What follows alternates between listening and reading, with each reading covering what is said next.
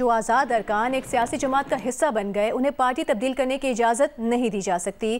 Supreme court کا فیصلہ ماضی کے ایکٹ کے تحت تھا جو اب قابل اطلاق نہیں۔ پارلیمنٹ نے الیکشن ایکٹ میں ترامیم کر دی ہیں۔ الیکشن کمیشن اب نئے ایکٹ پر عمل کیے بغیر مخصوص نشستوں کا فیصلہ نہیں کر سکتا۔ مخصوص نشستوں کے معاملے پر اسپیکر قومی اسمبلی ایاز صادق نے چیف الیکشن کمشنر کو خط لکھ دیا۔ سپریم کورٹ نے اپنے فیصلے میں الیکشن کمیشن کو ہدایت دی ہے کہ وہ آزاد ارکان کو کسی اور پارٹی میں شمولیت کی اجازت دے۔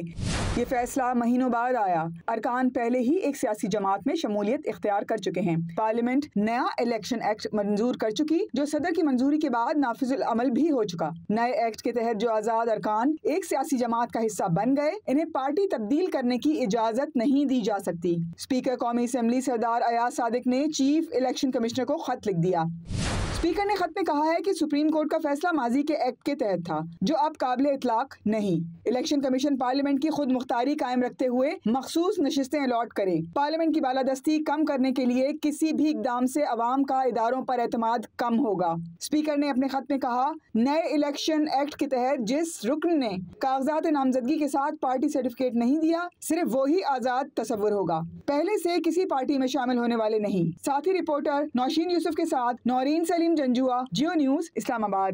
چیئرمین پیپلز پارٹی بلاول بھٹو زرداری نے کہا ہے کہ مولانا فضل الرحمان سے طے ہوا تھا کہ آئینی ترامیم پر 2 دن میں پھر بیٹھیں گے۔ 2 دن گزرنے والے ہیں۔ پیپلز پارٹی کے نمائندے بتا رہے ہیں کہ کامران مرتضیٰ سے رابطہ نہیں ہو رہا، وہ اس پر مولانا فضل الرحمان سے بات کریں گے۔ ایک انٹرویو میں بلاول نے کہا کہ حکومت آرٹیکل 8 میں ترمیم سے ملٹری کورٹس لگانا چاہ رہی تھی۔ کامران مرتضیٰ نے کہا کہ آرٹیکل 8 میں ترمیم نہیں ہونی چاہیے۔ حکومت کے مشورے سے آرٹیکل 8 میں ترمیم نکلوا دی۔ 2/3 اکثریت کسی کے پاس نہیں۔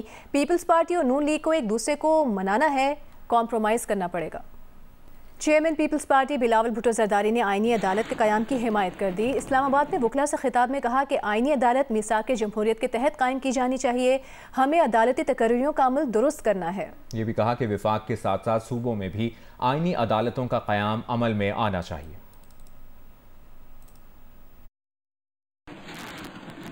جس کام کے لیے آپ نے مجھے چنا ہے میں اب اس پارلیمنٹ میں بیٹھا ہوں کہ ہم نے شہید محترمہ بینظیر بھٹو کا وعدہ پورا کرنا ہے اور کم وقت میں آئینی عدالت چارٹر ڈیموکریسی کے مطابق بنانا ہے۔ کوئی اور راستہ ہی نہیں ہے کہ ہم اپنا آئینی عدالت بنا دیں۔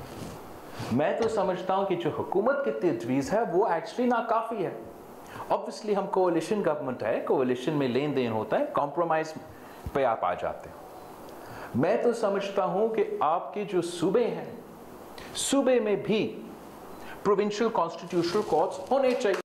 مخصوص نشستوں کے حوالے سے الیکشن کمیشن نے سپریم کورٹ کے آرڈر اور پارلیمنٹ کی قانون سازی کا جائزہ لیا۔ مخصوص نشستوں کے حوالے سے الیکشن کمیشن کا اجلاس چیف الیکشن کمشنر سکندر سلطان راجہ کی زیر صدارت ہوا۔ ممبر election commission, secretary election commission اور ممبر لا ونگ شریک ہوئے۔ الیکشن کمیشن کو آئینی اور قانونی ماہرین کی جانب سے بریفنگ دی گئی۔ مخصوص نشستیں کے معاملے پر نون لیگ نے الیکشن کمیشن سے رجوع کر لیا۔ درخواست میں کہا کمیشن قرار دے کہ جس سیاسی جماعت نے مخصوص سیٹوں کی فہرست نہیں دی وہ مخصوص نشستوں کی اہل نہیں۔ پارٹی وابستگی کا سرٹیفکیٹ جمع نہ کرانے والے ارکان کو آزاد قرار دیا جائے۔ پارلیمنٹ الیکشن ایکٹ میں ترمیم کر چکی ہے، ترمیم کا اطلاق ماضی سے مؤثر ہے۔ Supreme court practice and procedure ترمیمی آرڈیننس 2024 کل کابینہ میں پیش کیے جانے کا امکان ہے۔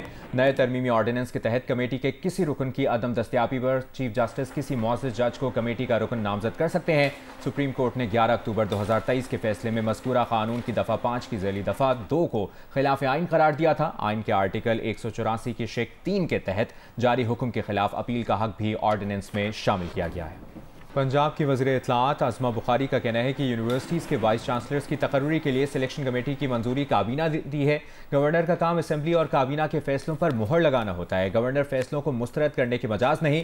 گورنر پنجاب کو معلوم ہونا چاہیے کہ کابینہ کے فیصلوں کی اہمیت کیا ہوتی ہے۔ اپوزیشن کا رول ادا کرنے کے بجائے گورنرشپ کو آئینی عہدے تک محدود رہنے دیں۔ سیاسی پوائنٹ سکورنگ کے لیے تحریک انصاف نامی جماعت موجود ہے۔ اس سے پہلے جیو نیوز لاہور کے بیورو چیف رئیس انصاری سے گفتگو میں گورنر پنجاب سلیم حیدر نے وائس چانسلر کی تقرری کے لیے وزیر اعلیٰ کی بھیجے گئے سمری پر اختلاف کرتے ہوئے کہا تھا وزیر اعلیٰ کی جانب سے واضح طور پر کوئی نام تجویز نہیں کیا جا سکتا، 3 نام حروف تہجی کے اعتبار سے بھیجے جاتے ہیں۔ وزیر اعلیٰ کا خیال ہے کہ ان کے بھیجے گئے نمبر 1 والے ناموں کی منظوری دی جائے۔